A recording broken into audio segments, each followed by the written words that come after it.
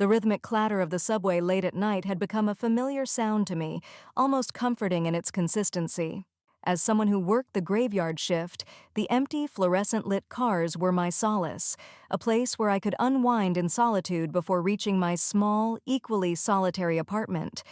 Tonight, however, a knot of anxiety twisted in my gut, a silent herald of the unusual night ahead. He boarded at the 34th Street station, a man so ordinary yet inexplicably out of place among the weary faces of late-night commuters. His charm was palpable, a smile that seemed too knowing, too sharp.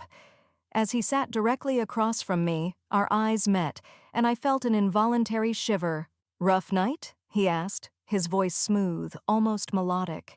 His eyes, I noticed, were peculiar, shifting subtly from a deep brown to a dark, almost unnatural shade of green.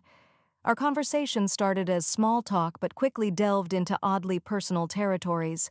He asked about my fears, my dreams, the kind of questions that seemed too intimate for strangers on a subway. I wanted to stop, to get up and move to another car, but something in his gaze kept me rooted, compelled to answer. When my stop came, I hurried off the train, relief flooding me. Glancing back, I saw no sign of him, as if he had vanished into thin air. The walk home felt different tonight. Footsteps echoed behind me, perfectly synchronized with my own. Turning, I expected to see him, but the street was empty. A chill ran down my spine as I quickened my pace. Once inside, the familiarity of my apartment did little to comfort me.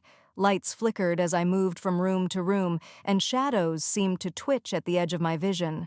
The air grew inexplicably cold, and I felt undeniably that I was not alone. In my bedroom, the mirror on my dresser reflected the room behind me. There, in the corner, stood the man from the subway, his grin wider, his eyes a swirling vortex of dark greens.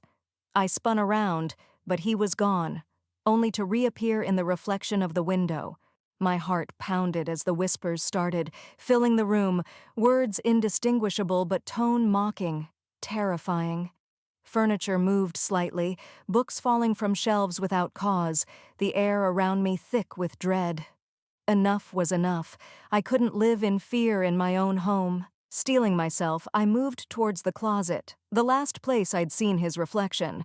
My hand trembled as I reached for the doorknob, the whispers crescendoing into an almost deafening noise. I swung the door open, and the noises stopped abruptly. I peered inside, the light from the hallway revealing the closet's contents slowly. What I saw or didn't see would stay with me forever, lurking,